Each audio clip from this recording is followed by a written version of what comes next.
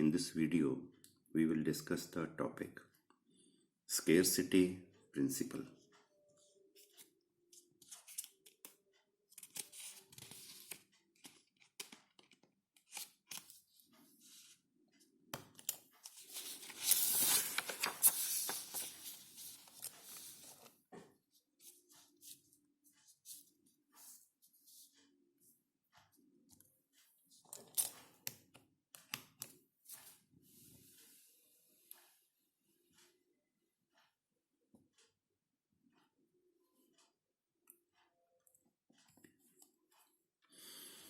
First is the introduction.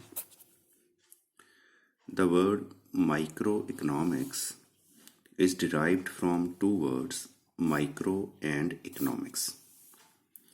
जो microeconomics word है इसमें दो शब्द हैं, एक है माइक्रो एंड दूसरा है इकोनॉमिक्स.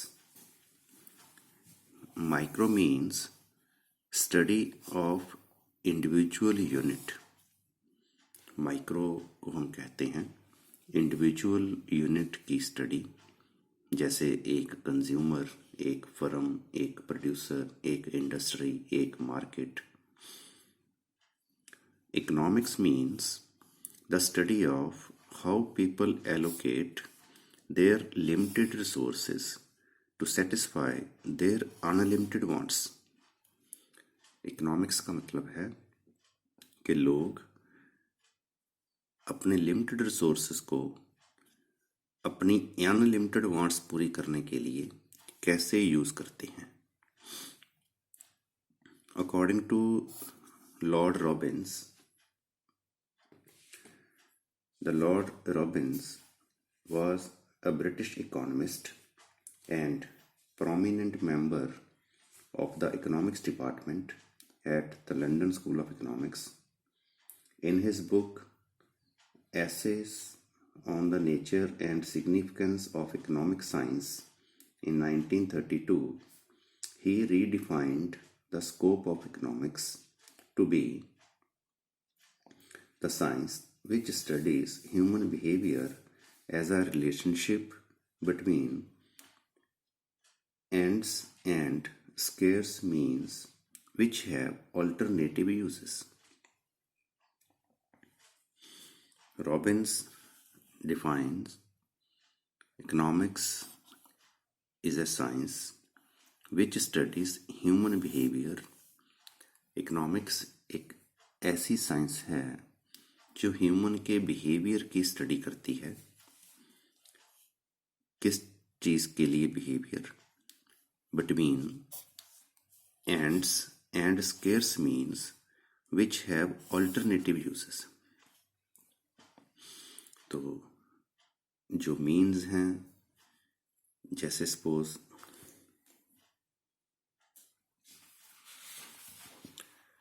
हमारे पास सपोज मिल्क है, मिल्क एक सोर्स है, मीन है, तो ये हमारे पास लिमिटेड है. इसके ऑल्टरनेटिव यूज हैं मिल्क के.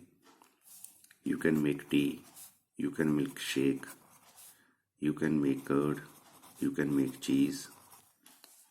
वी हैव अ रिसोर्स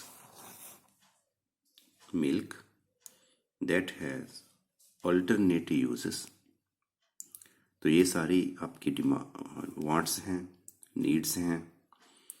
तो अगर आपने मिल्क को यहाँ पर यूज़ कर लिया तो बाकी यूज़ आपको छोड़ने पड़ेंगे. अगर मिल्क आपने किसी भी एक यूज़ में यूज़ कर लिया तो बाकी जो वांट्स हैं वो आपको छोड़नी पड़ेंगी. अगर आपके पास मिल्क लिमिटेड है, अगर आपके पास मिल्क लिमिटेड नहीं है, अनलिमिटेड है, फिर कोई प्रॉब्लम नहीं, फिर कोई चॉइस करने की प्रॉब्लम नहीं. बट अगर आपके पास मिल्क लिमिटेड हो, then you have to choose कि कौन सी ज़रूरत पहले पूरी की जाए. तो लोग अपने रिसोर्सेज को, लिमिटेड रिसोर्सेज को अपनी अनलिमिटेड वांट सेटिस्फाई करने के लिए कैसे यूज़ करते हैं, या फिर आप इसको डिस्ट्रीब्यूट करोगे कि थोड़ा यहाँ पर, थोड़ा यहाँ पर, थोड़ा यहाँ पर, तो लोग कैसे इसको एलोकेट करते हैं अपने रिसोर्स को, अपनी ज़रूरतों को पूरा करने के लिए, उसकी स्टडी है economics. Micro economics is that part of economic analysis. अब अगर हम स्पेसिफिकली माइक्रो इकोनॉमिक्स की बात करें तो माइक्रो इकोनॉमिक्स इकोनॉमिक्स का वो हिस्सा है that studies decision making undertaken by individuals, जिसमें इंडिविजुअल्स कैसे डिसीजन लेते हैं, हाउस होल्ड्स कैसे डिसीजन लेते हैं, एक फैमिली, एक फर्म कैसे डिसीजन लेती है। In our economy the economic resources are limited, we know resources are limited, whereas human wants are unlimited. Resource जो हैं हमारे पास वो लिमिटेड हैं और जो हमारी ज़रूरतें हैं वो अनलिमिटेड हैं। Also the limited resources have many alternative uses. जो रिसोर्सेज हैं उनके अल्टरनेटिव यूज़ हैं, जैसे हमने अभी मिल्क के केस में देखा। So there is a problem of choice. तो हमें चॉइस करनी पड़ती है कि कौन सी ज़रूरत पहले पूरी की जाए, कौन सी छोड़ी जाए, या कौन सी ज़रूरत कम पूरी की जाए, कौन सी ज़रूरत ज़्यादा पूरी की जाए। Whenever individuals or communities cannot obtain everything, अगर हम सारी ज़रूरतें पूरी नहीं कर सकते, they desire simultaneously, इकट्ठी, अगर हम अपनी ज़रूरतें पूरी नहीं कर सकते, they must make choices, तो हमें चॉइस करनी पड़ेगी। Choices occur because of scarcity. This is very important sentence. Scarcity की वजह से ही चॉइसेस हमें करनी पड़ती हैं।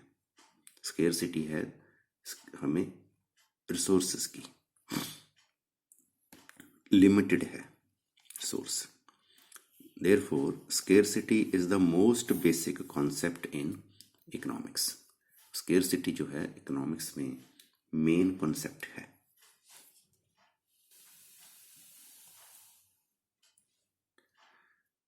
How do people make decision? लोग डिसीजन कैसे लेते हैं? Because of scarcity people face trade of. Scarcity की वजह से लोग ट्रेड ऑफ फेस करते हैं। ट्रेड ऑफ का मतलब है कि जब आपने एक ज़रूरत पूरी कर ली तो दूसरी ज़रूरत आप पूरी नहीं कर सकते simultaneously, that is the trade of. बंद हो गया ट्रेड, मतलब दोनों ज़रूरतें हम पूरी नहीं कर सकते, ये है ट्रेड ऑफ। तो ये क्यों हुआ trade off? Because of the scarcity. What is the scarcity principle? The word scarce is closely associated with the word limited और economic. Scarce जो वर्ड है ये सिमिलर वर्ड है, जैसे हम लिमिटेड बोलते हैं सीमित और इकोनॉमिक बोलते हैं, एज अपोज्ड टू अनलिमिटेड और फ्री। तो अनलिमिटेड का ये अपोजिट है, फ्री का ये अपोजिट है scarce. Scarcity is the central fact of every society. हर एक सोसाइटी में स्केर्सिटी है। Since the resources of every society are limited, क्योंकि जो रिसोर्सेज हैं वो लिमिटेड हैं, all societies face the problem of. Resources के लिमिटेड होने की वजह से ही सभी सोसाइटीज ये प्रॉब्लम फेस करती हैं। वर्क टू प्रोड्यूस, क्या प्रोड्यूस किया जाए, हाउ टू प्रोड्यूस, कैसे प्रोड्यूस किया जाए, फॉर होम टू प्रोड्यूस, कैसे डिस्ट्रीब्यूट किया जाए, and how to provide the maintenance and growth of the system. तो ये जो इकोनॉमिक्स की फंडामेंटल प्रॉब्लम्स हैं, what to produce, how to produce, for whom to produce, इसके बारे में अलग से वीडियो आप देख सकते हैं। तो सारी चीज़ें हम एक टाइम पे प्रोड्यूस नहीं कर सकते because of the limited resources. हम कितनी लेबर लगाएं, कितनी कैपिटल लगाएं प्रोड्यूस करने के लिए, we have to choose, decide, क्योंकि हम अनलिमिटेड कैपिटल, अनलिमिटेड लेबर नहीं यूज़ कर सकते, अपने रिसोर्सेज को, इनपुट्स को हम वेस्ट नहीं कर सकते। तो कौन सी चीज़ पैदा करें हम, तो किस कंज्यूमर के लिए पैदा करें? मार्केट जैसे बताती है कि प्राइस के हिसाब से हम ये डिसाइड करते हैं। तो ग्रोथ हो ना हो इकॉनमी की, उस हिसाब से हम ये चीज़ पैदा करें कि जो इकॉनमी का वेलफेयर, लोगों का welfare, economic growth, increase in output, increase in national income जिससे होता हो। तो ये सभी प्रॉब्लम्स हम फेस करते हैं because of the limited resources. Definition of scarcity. According to Roger Leroy Miller, Roger Leroy Miller has served on the faculty of several universities in USA, including the University of Washington, Clemson University, and the University of Miami School of Law. According to Miller, scarcity is a situation in which the ingredients for producing the things that people desire are insufficient to satisfy all wants. Miller ने ये definition दी है अपनी book में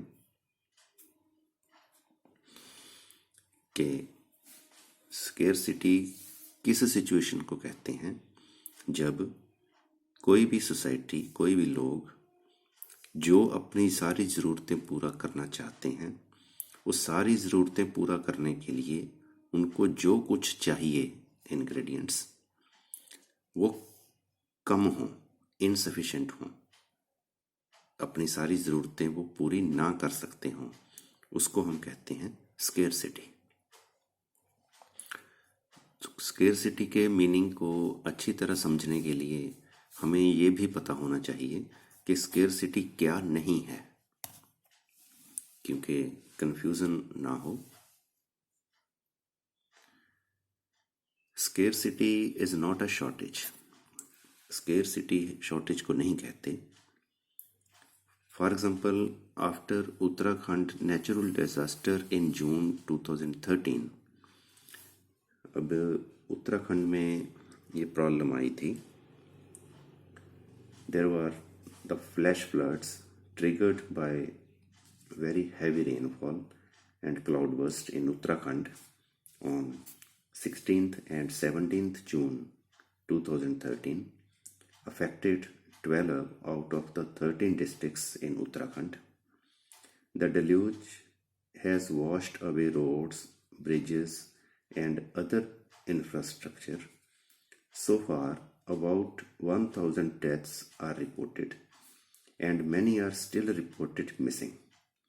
In Kedarnath alone, about 75,000 pilgrims had been stranded due to landslides and flash floods. तो उत्तराखंड में जब ये natural disaster आया 2013 में, तो जैसे ही नेचुरल डिजास्टर आया उसके बाद आप देख सकते हो टीवी न्यूज़ कास्ट्स मतलब जो टीवी की न्यूज़ है उसमें हो सकता है दिखाया हो, often show people standing in a line to get minimum amounts of clothing and food, के उसके बाद जो लोग हैं लाइन लगा के खड़े हैं कपड़ा लेने के लिए, फूड लेने के लिए, क्योंकि जैसे ही किसी जगह पर कोई नेचुरल कैलेमिटी आती है तो वहाँ पर उनको असिस्टेंस देने के लिए, उनको सामान पहुँचाने के लिए लोग चले जाते हैं। तो वहाँ पे क्योंकि सारा कुछ तहस नहस हो जाता है, इसलिए उनको सपोर्ट की ज़रूरत पड़ती है। तो इसलिए लोग जो हैं वॉलंटरी ऑर्गेनाइजेशन होती हैं, गवर्नमेंट होती है, आर्मी होती है, तो वो वहाँ पे फिर लोगों को फूड पैकेट वगैरह देते हैं। तो वहाँ पे हो सकता है कि इतने ज़्यादा क्वांटिटी में क्लोथ फूड ना पहुँचा हो जितनी ज़रूरत है, इसलिए लोगों की लाइन लग जाती है, रश पड़ जाता है। ए न्यूज़ कमेंटेटर जो न्यूज़ बोलते हैं, बताते हैं, जैसे वो बोलते हैं कि मैं कैमरामैन के साथ सनी, तो वो जो कमेंटेटर है हो सकता है वो बात करते करते ये बोल दे might say that the line is caused by the scarcity, कि जो लाइन लगी हुई है लोगों की फूड लेने के लिए वो स्केर्सिटी की वजह से लगी हुई है. But food and clothes are always scarce. Practically अगर हम देखें, not only in case of floods but normal situation also, कभी भी जो फूड है, क्लोथ है, उस ये नहीं होता कि हमने जितने चाहिए उतने बना लिए, अब और बनाने की ज़रूरत नहीं है. ये फूड की फैक्ट्रियाँ और कपड़े की फैक्ट्रियाँ चलती रहती हैं, because they are always scarce. We can not obtain all that we want at a zero price.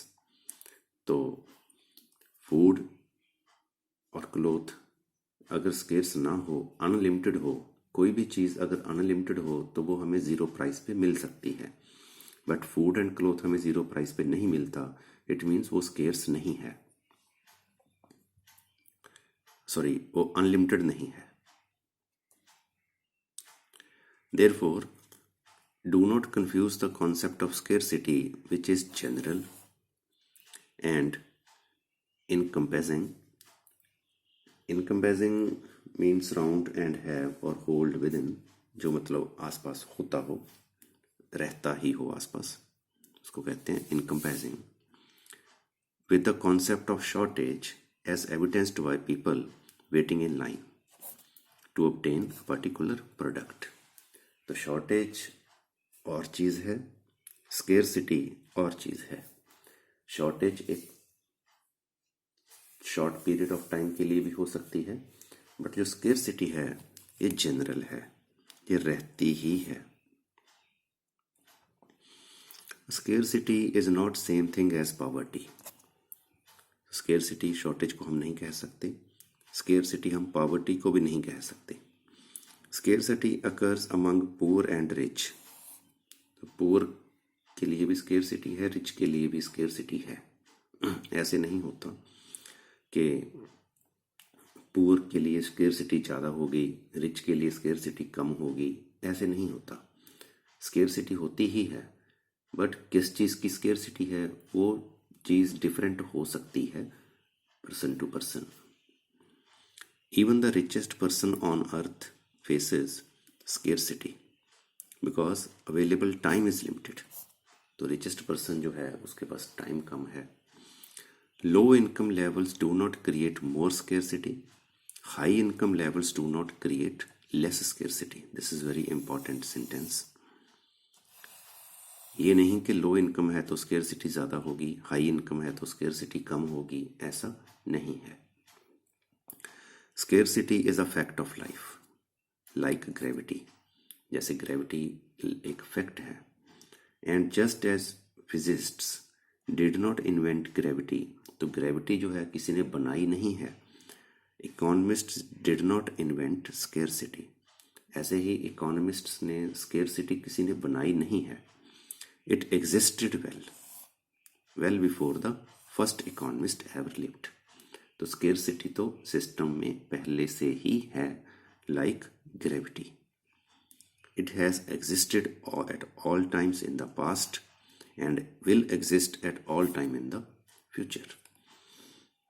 Scarcity जो है वो पहले भी थी, आने वाले टाइम में भी रहेगी. जैसे लॉ ऑफ ग्रेविटी है तो रहेगा ही, ऐसे ही स्केर्सिटी का कॉन्सेप्ट है.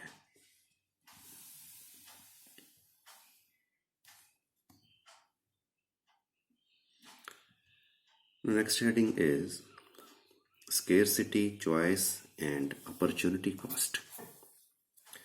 The natural phase of scarcity implies that we must make choices. So because of the scarcity, we have to make choice. Every choice involves giving up an opportunity to produce or consume something else. हम जब भी कोई choice करते हैं, जैसे हमने यहाँ पर ये चॉइस की, तो बाकी जो अपॉर्चुनिटीज़ हैं वो हमें छोड़नी पड़ती हैं. For example, every choice you make to study 1 more hour of economics, अगर आप 1 घंटा इकोनॉमिक्स ज़्यादा पढ़ो, requires that you give up the opportunity to engage in any of the following activities. Study more of another subject. तो अगर आप economics 1 घंटा ज़्यादा पढ़ रहे हो तो आप और कोई सब्जेक्ट 1 घंटा ज़्यादा नहीं पढ़ोगे, क्योंकि उस घंटे में आपने इकोनॉमिक्स पढ़ लिया।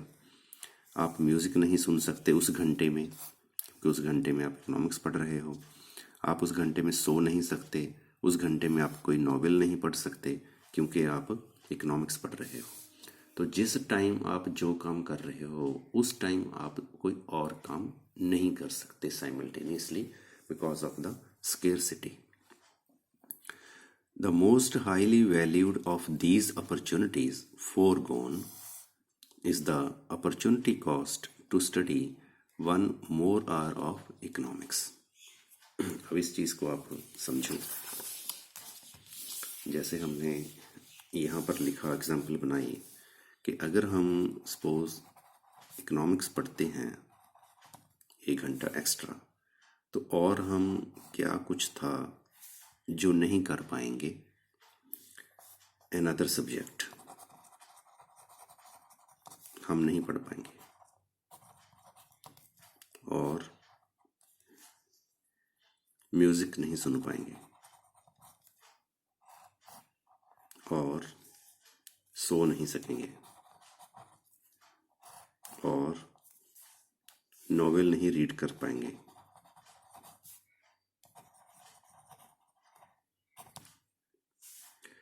तो जब हम इकोनॉमिक्स पढ़ने के बारे में डिसाइड कर लेंगे कि हम 1 आवर इकोनॉमिक्स पढ़ेंगे, इट मीन्स हम इस घंटे में इनमें से कोई और काम भी कर सकते थे, पर जब हमने उस घंटे में इकोनॉमिक्स पढ़ना सोच लिया तो इट मीन्स हम ये काम नहीं कर पाएंगे।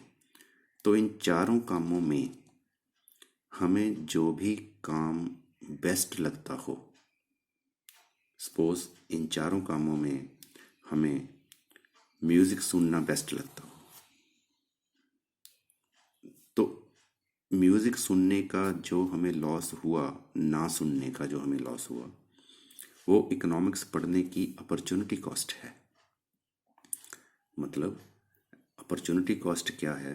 The most highly valued of these opportunities फोरगोन।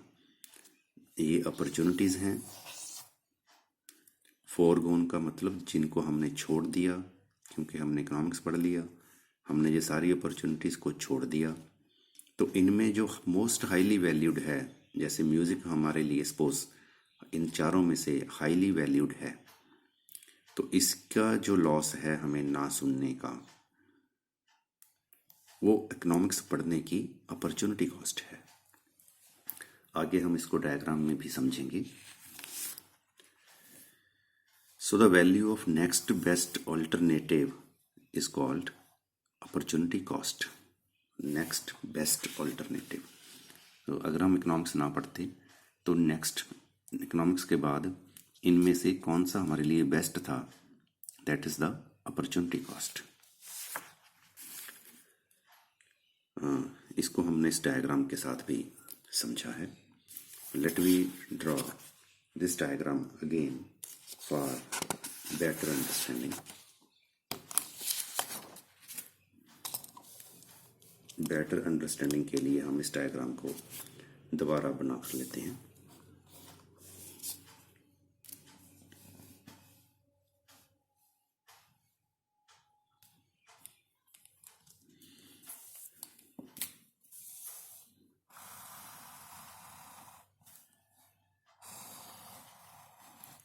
इस वीडियो के साथ साथ अगर आप भी डायग्राम को खुद साथ साथ ड्रॉ करें तो आप भी ड्रॉ करना सीख जाएंगे, समझ जाएंगे।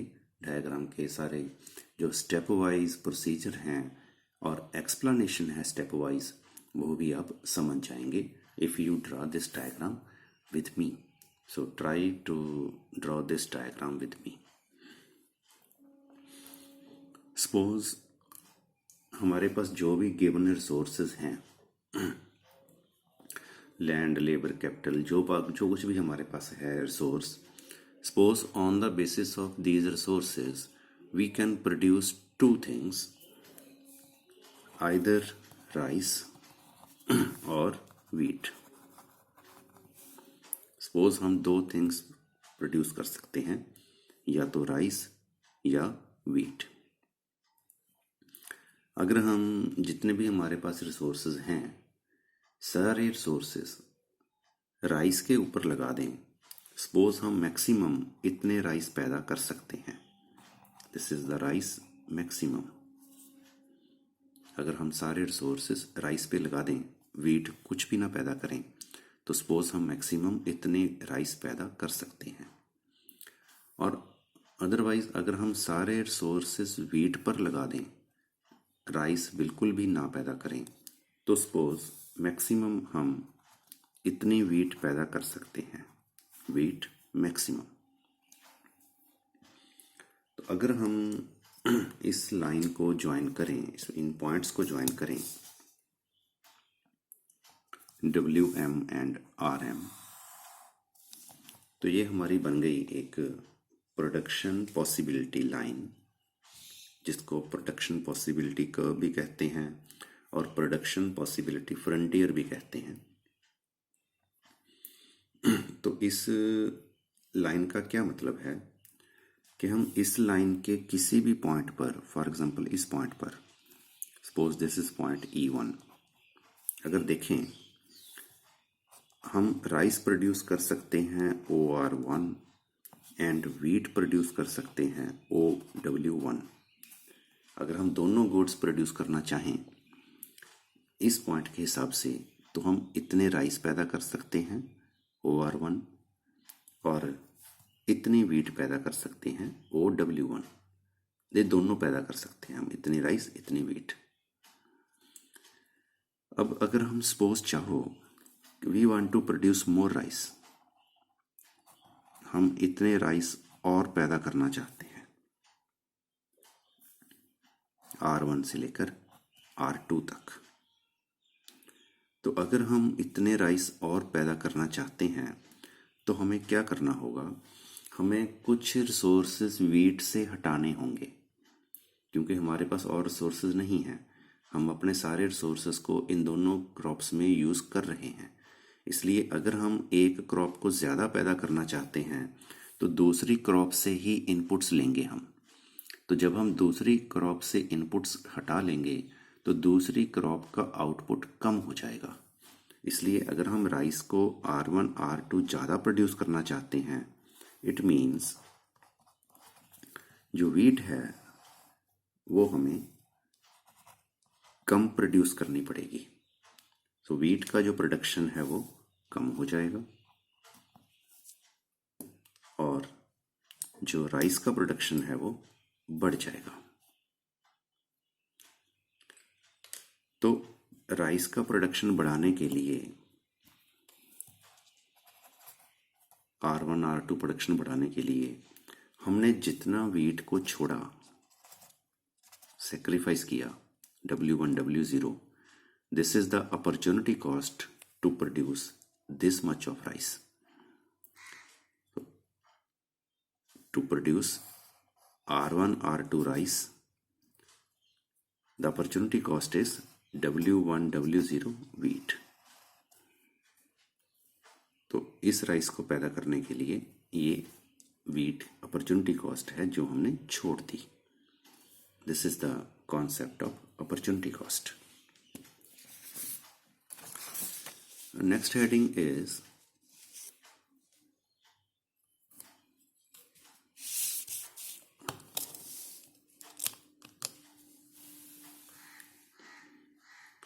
scarcity, trade-off and production possibility curve.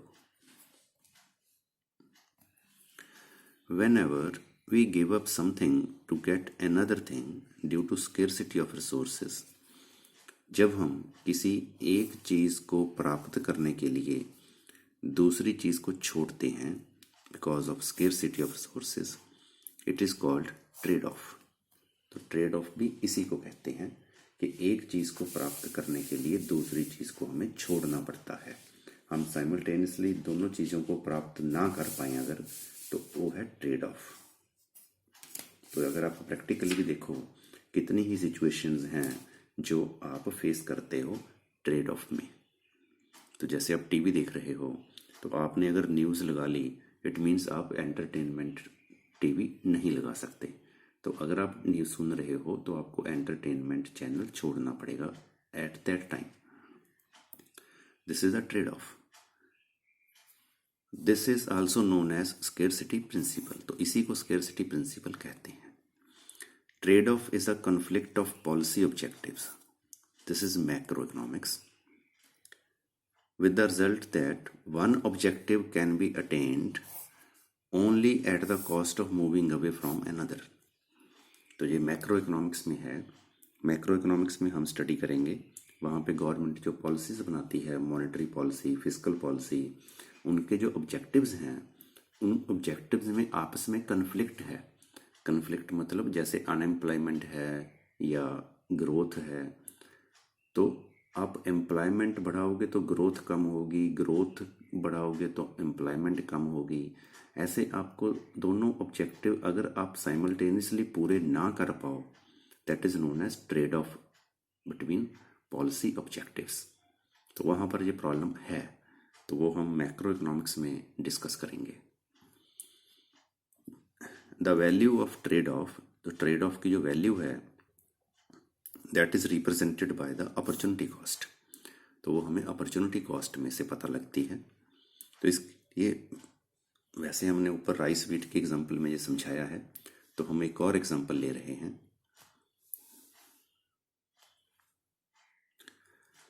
For example, the opportunity cost of studying economics is the amount of next best alternative से स्पेंडिंग टाइम स्टडिंग हिस्ट्री। तो यहाँ पर हमने एग्जांपल ली है कि आपके पास जो लिमिटेड टाइम है वो या तो आप इकोनॉमिक्स पर लगा रहे हो या हिस्ट्री पर लगा रहे हो।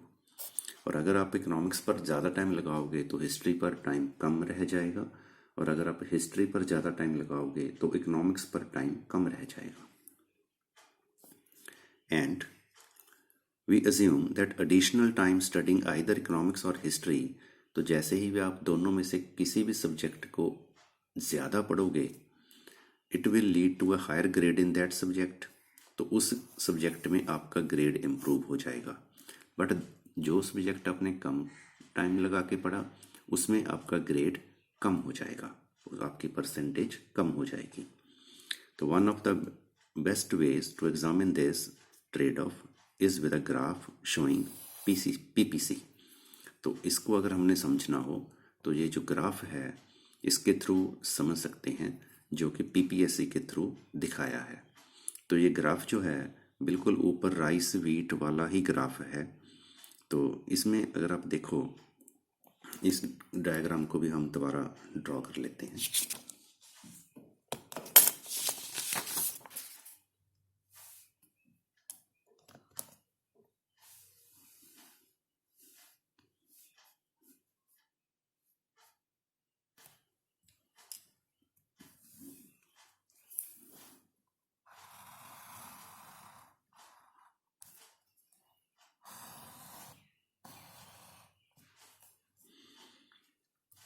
One side we are taking grade in economics, and other side we are taking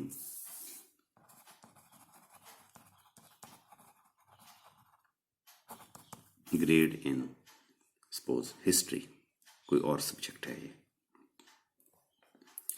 अगर हम सारा टाइम इकोनॉमिक्स को दें तो हमें maximum best grade A grade economics में मिल जाएगा, और अगर हम सारा टाइम हिस्ट्री को दें तो हमें best grade A grade history में मिल जाएगा। तो जैसे हमने ऊपर वाली लाइन, ऊपर वाली डायग्राम में बनाया था पहले राइस वीट वाली में, सेम ये हमारे पास बन गया, जिसको हम कहते हैं प्रोडक्शन पॉसिबिलिटी कर्व या प्रोडक्शन पॉसिबिलिटी फ्रंटियर। सपोज जो स्टूडेंट है, ये स्टूडेंट जिसकी हम एग्जांपल ले रहे हैं, सपोज उसके पास हैं 12 घंटे टोटल स्टडी के लिए, एक दिन में। तो अगर वो डेली 12 के 12 घंटे इकोनॉमिक्स पढ़े, यहाँ पर अगर हम लिखें तो 12 आवर्स वो अगर इकोनॉमिक्स को दे तो उसका ग्रेड आएगा ए। और अगर वो 12 आवर्स सारे के सारे आवर्स हिस्ट्री को दे तो हिस्ट्री में उसका ग्रेड आएगा ए। अब सपोज अगर हम सेंटर में पॉइंट लगाएं कोई भी, तो यहाँ पर उसने क्या किया, suppose this is x point, तो यहाँ पे उसने 6 आवर्स दे दिए हिस्ट्री को और 6 आवर्स दे दिए इकोनॉमिक्स को। तो उसमें क्या हुआ, इसमें भी उसका सी ग्रेड आया और इसमें भी उसका सी ग्रेड आया। तो अब वो चाहता है कि इकोनॉमिक्स में उसका ज़्यादा ग्रेड आए। इकोनॉमिक्स में वो ज़्यादा पढ़ने लग गया, सपोज ये पॉइंट है वाई। तो हिस्ट्री को उसने टाइम कम कर दिया, 3 आवर्स कर दिए, और इकोनॉमिक्स को उसने 9 आवर्स कर दिए। तो क्या हुआ, इकोनॉमिक्स में उसका जो ग्रेड है वो बढ़कर हो गया बी, बट हिस्ट्री में जो उसका ग्रेड है वो कम होकर हो गया डी। तो इकोनॉमिक्स में उसका ग्रेड बढ़ गया, हिस्ट्री में उसका ग्रेड कम हो गया। और अगर वो इसको हम अगर डिफरेंट कलर करें तो ज़्यादा समझा सकता है। ये इस ऐसे इसके साथ जुड़ा हुआ कॉम्बिनेशन है और ये इसके साथ जुड़ा हुआ कॉम्बिनेशन है।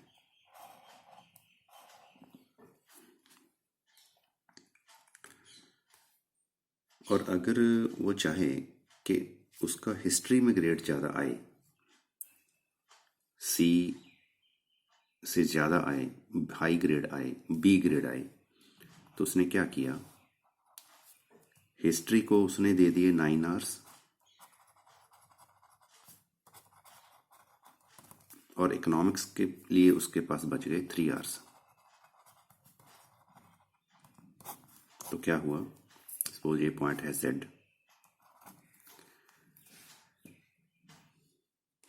तो यहाँ पर क्या हुआ, उसका जो ग्रेड था हिस्ट्री में वो इम्प्रूव हो गया, बी हो गया। इकोनॉमिक्स में उसका जो ग्रेड था वो कम हो गया, डी हो गया। क्योंकि जिस सब्जेक्ट में आपने ज़्यादा ग्रेड, ज़्यादा स्टडी की, ज़्यादा टाइम दिया, उसमें आपका ग्रेड बढ़ जाएगा, दूसरे में कम हो जाएगा बिकॉज ऑफ द स्केर्सिटी। और अगर हम बिल्कुल लास्ट वाला पॉइंट लगाएं, ये पॉइंट, इस पॉइंट में क्या मतलब है, सिर्फ लास्ट ग्रेड है ये, सपोज एफ ग्रेड। इसका मतलब क्या है कि अगर आप किसी भी एक सब्जेक्ट को सारा टाइम दे दोगे, सपोज हमने इकोनॉमिक्स में सारा टाइम दे दिया, तो इकोनॉमिक्स में हमारा ग्रेड आ गया ए, बट हिस्ट्री में हमारा ग्रेड आ गया एफ। अगर हमने सारा टाइम हिस्ट्री को दे दिया तो हिस्ट्री में हमारा ग्रेड आ गया ए, बट इकोनॉमिक्स में हमारा ग्रेड आ गया एफ। तो इस तरीके से हम जब डिस्ट्रीब्यूट करेंगे अपने 12 आवर्स को, तो अगर हम किसी एक सब्जेक्ट को ज़्यादा टाइम देंगे तो उसमें हमारे ग्रेड अच्छा हो जाएगा, पर दूसरे का हमारा ग्रेड कम रह जाएगा because of scarcity of the time, scarcity of the resources. तो जैसे ही हमने एक ग्रेड को इम्प्रूव किया सी टू बी, तो दूसरे ग्रेड को हमने लूज कर दिया सी टू डी। तो इस ग्रेड को बढ़ाने के लिए जो अपॉर्चुनिटी कॉस्ट है वो हिस्ट्री का जो ये ग्रेड है जो कम हो गया। This line is known as PPC, that is production possibility curve, और it is also known as production possibility frontier.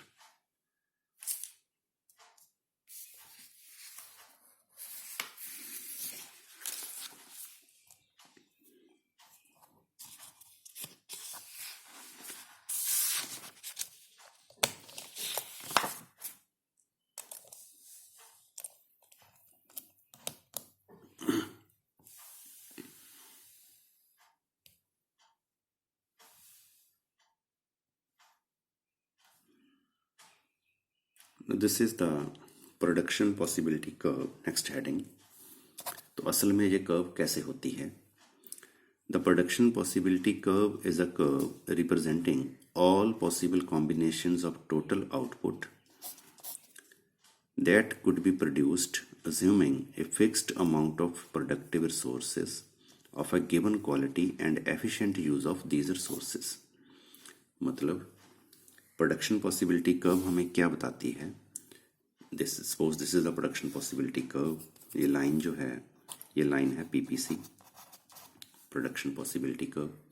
ये लाइन हमें क्या बताती है कि अगर हम अपने गिवन रिसोर्सेज को, जितने भी हमारे पास रिसोर्सेज हैं, अगर हम उनको बहुत ही बढ़िया तरीके से, एफिशिएंट तरीके से यूटिलाइज करें, मैक्सिमम यूटिलाइज करें, बढ़िया तरीके से यूटिलाइज करें, जिसको हम कहते हैं एफिशिएंट यूटिलाइजेशन और ऑप्टिमम यूटिलाइजेशन, तो हम कितनी एक्स प्रोड्यूस कर सकते हैं, कितनी वाई प्रोड्यूस कर सकते हैं, या फिर कोई भी इस पॉइंट के ऊपर हम कितनी एक्स कितनी वाई प्रोड्यूस कर सकते हैं, वो बताती है पीपीसी। अगर हम पीपीसी के अंदर हैं, मतलब कम प्रोडक्शन ले रहे हैं, इतना एक्स इतना वाई, इट मीन्स हम अपने रिसोर्सेज को पूरा यूटिलाइज नहीं कर पा रहे। इसको कहते हैं अंडर यूटिलाइजेशन ऑफ रिसोर्सेज, और इसको कहते हैं फुल यूटिलाइजेशन ऑफ रिसोर्सेज। और जो बाहर कोई भी पॉइंट है, ये हम प्रोड्यूस नहीं कर सकते with the given resources. So production possibility curve जो है, ये हमें मैक्सिमम लिमिट बताती है, तभी इसका नाम है पॉसिबिलिटी, कि मैक्सिमम क्या पॉसिबिलिटी है, कितना आउटपुट हम प्रोड्यूस कर सकते हैं with the help of given resources. तो प्रोडक्शन पॉसिबिलिटी कर्व शिफ्ट कैसे होती है? This is another point, shift in PPC. क्या हम प्रोडक्शन पॉसिबिलिटी कर्व को राइट साइड या लेफ्ट साइड शिफ्ट कर सकते हैं? अगर कर सकते हैं तो कैसे? The production possibility curve is drawn with the given amount of productive resources like land, labour, capital, equipments.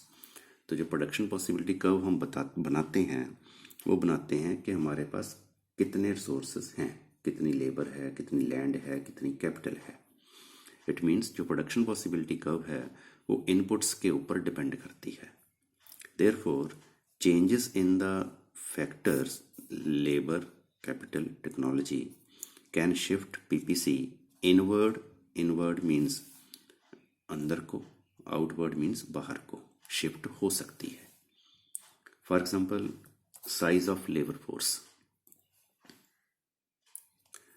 N increase in labour force, अगर लेबर फोर्स हम ज़्यादा लगा दें, to an leads to an outward shift in the PPC. तो labour force ज़्यादा लगाएंगे तो हम, इट मीन्स रिसोर्स हमने बढ़ा दिए, तो हम इसको भी ज़्यादा प्रोड्यूस कर सकते हैं, इसको भी ज़्यादा प्रोड्यूस कर सकते हैं।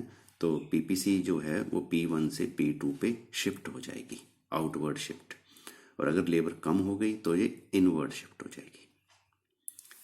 दूसरा है कैपिटल, क्वांटिटी और क्वालिटी ऑफ कैपिटल। इसमें अगर हम इंक्रीज करेंगे, अगेन जो पीपीसी है वो आउटवर्ड शिफ्ट हो जाएगी, कैपिटल की क्वालिटी बढ़ गई, कैपिटल की क्वांटिटी बढ़ गई, नहीं तो फिर ये इनवर्ड शिफ्ट होगी। तीसरा है टेक्नोलॉजी। ऐसे ही इम्प्रूवमेंट है टेक्नोलॉजी में, अगर इसमें इम्प्रूवमेंट हो गई तो हम ज़्यादा प्रोडक्शन कर पाएंगे, जो पीपीसी है वो राइट साइड शिफ्ट हो जाएगी, नहीं तो लेफ्ट साइड शिफ्ट होगी। ऐसे ही एजुकेशन लोगों को मिलेगी, लोगों की प्रोडक्टिविटी बढ़ जाएगी, तो पीपीसी जो है वो राइट शिफ्ट होगी, नहीं तो फिर लेफ्ट शिफ्ट होगी। तो ऐसे जो पीपीसी है उसको हम शिफ्ट कर सकते हैं। इसको भी हम दोबारा बना के समझ लेते हैं।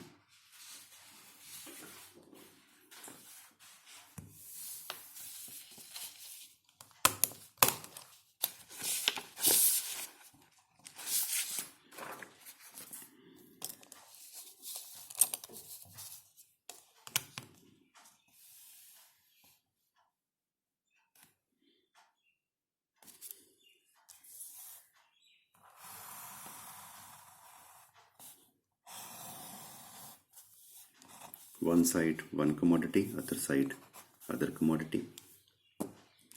सपोज जो भी हमारे पास गिवन रिसोर्सेज हैं उनके साथ हम इतना प्रोड्यूस कर सकते हैं. इसको हमने लिखा है P1, तो इसको हम X1 भी लिख सकते हैं, Y1 भी लिख सकते हैं. इतनी क्वांटिटी हम X1 की और इतनी क्वांटिटी हम Y1 की प्रोड्यूस कर सकते हैं. अगर हमारे पास रिसोर्सेज ज़्यादा हों, बढ़िया टेक्नोलॉजी हो, बढ़िया कैपिटल हो, बढ़िया लेबर हो, पढ़ी लिखी लेबर हो, तो हम ज़्यादा X प्रोड्यूस कर सकते हैं, ज़्यादा Y प्रोड्यूस कर सकते हैं. And PPC will shift like this. This is known as outward shifting. और अगर हमारे पास ये रिसोर्सेज की क्वालिटी क्वांटिटी कम हो जाए, पुरानी हो, तो जो PPC है वो लेफ्ट साइड पर शिफ्ट होएगी, क्योंकि हम ज़्यादा X भी नहीं पैदा कर पाएंगे और ज़्यादा Y भी नहीं पैदा कर पाएंगे. PPC जो है वो ऐसे शिफ्ट होगी.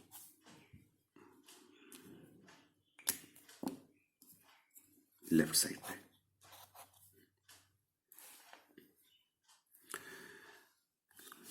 अब एक पॉइंट यहाँ पर समझ लो आप. जैसे पहले हमने PPC बनाई, वो बनाई ऐसे स्ट्रेट लाइन, यहाँ पर भी बनाई स्ट्रेट लाइन, पर यहाँ पर हमने PPC बनाई ऐसे कर्व शेप. ऐसे क्यों बनाया? एग्जैक्टली जो PPC की शेप होगी, क्या वो स्ट्रेट लाइन होगी या वो ऐसे होगी कॉनकेव टू ओरिजिन, या फिर वो ऐसे होगी? तो PPC की शेप असल में कैसे होती है? This is the right shape, concave to the origin. क्यों होता है ऐसे? इस कनकेव टू ओरिजिन का क्या मतलब है कि जो PPC की स्लोप है वो बढ़ रही है. यहाँ पर एक न्यू वर्ड आया अब, स्लोप. इसका मीनिंग समझो आप. स्लोप हम किसको बोलते हैं? जो हमारे घर का फर्श है किसी भी रूम का, उस पे अगर आप बॉल रखोगे तो बॉल आगे को लेफ्ट राइट नहीं मूव करेगी, क्योंकि इसकी जो स्लोप है वो ज़ीरो है, ढलान इसकी ज़ीरो है. तो अगर हम थोड़ा सा इसको टेढ़ा कर दें तो जो बॉल है वो नीचे को जाएगी. अगर हम इसको और टेढ़ा कर दें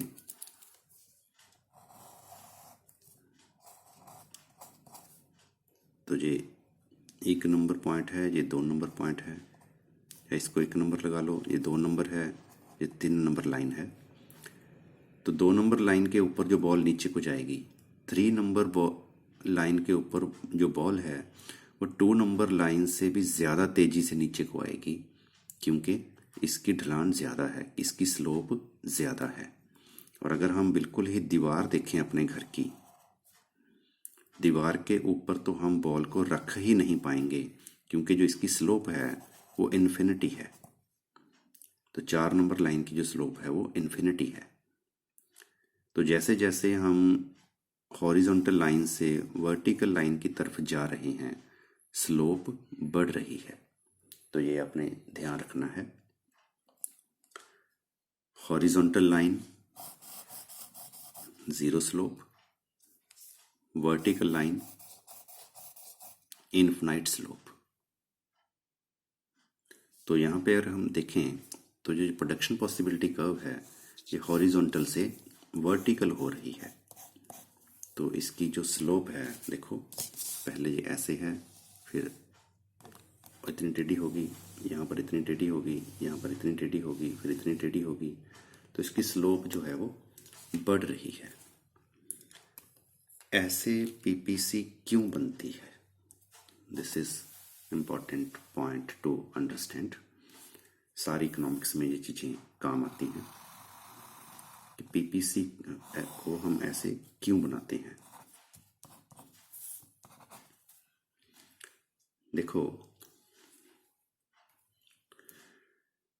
पीपीसी जो हम बनाते हैं वो कैसे बनाते हैं कि जितने भी हमारे पास रिसोर्सेज हैं, सपोज इनपुट्स हैं, कैपिटल है, लेबर है, तो उनको सभी को अगर हम एक्स पे लगाएं तो मैक्सिमम इतनी एक्स पैदा कर सकते हैं, एक्स मैक्सिमम। अगर हम उन सब को वाई पे लगाएं तो मैक्सिमम इतनी वाई पैदा कर सकते हैं, suppose. And this is the PPC. तो ऐसे हमने इसको क्यों बनाया। सपोज करो हम इस पॉइंट के ऊपर हैं, suppose this is a point, we are producing suppose 3x and 20y। मान लो हम 3 यूनिट्स x प्रोड्यूस कर रहे हैं और 20 यूनिट्स y प्रोड्यूस कर रहे हैं।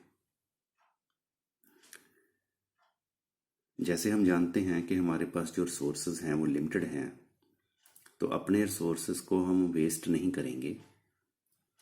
तो जो हमारे पास लेबर है उनमें से जो बंदे वाई पैदा करने में एक्सपर्ट हैं उनको हमने वाई में लगाया, जो एक्स पैदा करने में एक्सपर्ट हैं उनको हमने एक्स पैदा करने में लगाया। यही ऑप्टिमम डिस्ट्रीब्यूशन होती है, हम ऐसे ही करेंगे। हम यहाँ पर जो एक्स प्रोड्यूस करने के लिए लोगों को लगा रहे हैं, 3x पैदा करने के लिए, हम उन लोगों को ही लगाएंगे जो एक्स पैदा करने के लिए माहिर हैं। हम यहाँ पर उन लोगों को नहीं लगाएंगे जो वाई पैदा करने के लिए माहिर हैं। ऐसे ही वाई पैदा करने के लिए हम उन लोगों को लगाएंगे जो वाई पैदा करने में एक्सपर्ट हैं। जो एक्स पैदा करने में एक्सपर्ट हैं उनको हम यहाँ नहीं लगाएंगे। तो हमने क्या किया, जो एक्स पैदा करने में एक्सपर्ट थे उनको एक्स पैदा करने पे लगा दिया, जो वाई पैदा करने में एक्सपर्ट थे उनको हमने वाई प्रोड्यूस करने पे लगा दिया। अब हम चाहते हैं कि हम 3x और पैदा करें। तो जब हम 3x और पैदा करना चाहेंगे तो हमें y से लेबर हटानी पड़ेगी। y में जो भी लोग काम पर लगे हुए हैं वो लोग y पैदा करने में एक्सपर्ट हैं। तो वहाँ पर सपोज 100 लोग हैं y पैदा करने में, तो हम उनको पूछेंगे या देखेंगे कि इनमें से कौन कौन है जो x बढ़िया पैदा कर सकता है। तो हम क्या करेंगे, उन बढ़िया x पैदा करने वाले लोगों को यहाँ से हटाएंगे y से और x पर ले जाएंगे। तो क्या होगा, y का आउटपुट कम हो जाएगा क्योंकि यहाँ से हमने लेबर हटा दी। सपोज ये बच गया 15, तो यहाँ से हमने लेबर हटा के y पे लगा दी। This is course B point. तो क्या किया हमने, जो बढ़िया बढ़िया वर्कर थे x पैदा करने के लिए जो हमें लगा कि ठीक हैं वो हम ले चुके हैं यहाँ पे। तो ये सपोज वर्कर थे सारे वाई पैदा करने वाले। इनमें से हम बढ़िया बढ़िया वर्कर जो एक्स पैदा कर सकते थे उनको यहाँ से ले गए। अब हम चाहते हैं कि हम और एक्स पैदा करें, 9x पैदा करें, 3x हम और पैदा करें। तो उसके लिए हमें क्या करना होगा, हमें ये जो बच गए वाई पैदा करने वाले, अब हम इनमें से देखेंगे कि कौन से बढ़िया हैं जो एक्स पैदा कर सकते हैं। इट मीन्स जो एक्स पैदा करने वाले पहले हम लेकर गए थे, इन सारों में से पहले ही हम इनमें से बढ़िया बढ़िया ले गए थे। तो अब जो बचे हैं वो इतने बढ़िया एक्स पैदा करने में नहीं हैं जितने ये लोग थे, क्योंकि पहले ही हम बढ़िया लोगों को यहाँ से निकाल चुके हैं। तो अब जो बचे उनमें से बेस्ट ले रहे हैं जो एक्स पैदा करेंगे। तो 3 एक्स पैदा करने के लिए अगर हम पहले 1 2 3 4 लोगों को लेके गए थे कि मुझे 4 लोग बढ़िया हमें लगे कि एक्स पैदा कर देंगे, तो अब हमें 3 और एक्स पैदा करने के लिए यहाँ से 4 से ज़्यादा लोगों को लेकर जाना पड़ेगा, तो ये 3 एक्स बढ़िया पैदा कर पाएंगे। क्यों? क्योंकि ये जो वर्कर हैं एक्स पैदा करने के लिए उतने अच्छे नहीं हैं जितने ये थे, क्योंकि अगर ये ज़्यादा अच्छे होते फिर तो हम पहले ये लेके जाते। इसलिए वाई से हम जो रिसोर्स हटाएंगे वो हमें पहले से ज़्यादा हटाने पड़ेंगे। तो ये जो एरो है, इस एरो से ये एरो बड़ा है, तो इसका जो आउटपुट है वो ज़्यादा कम हो जाएगा। पहले y का आउटपुट 5 ही कम हुआ, अब y का जो आउटपुट है वो 10 कम हो गया, क्योंकि ज़्यादा लोगों को हटा दिया हमने y से। इसलिए जो प्रोडक्शन पॉसिबिलिटी कर्व है वो ऐसे होती है, कन्वेकेव टू ओरिजिन। ओरिजिन की साइड ये कनकेव है, क्योंकि जैसे जैसे हम एक चीज़ ज़्यादा पैदा करेंगे दूसरी चीज़ में से ज़्यादा इनपुट्स हमें लेने पड़ेंगे।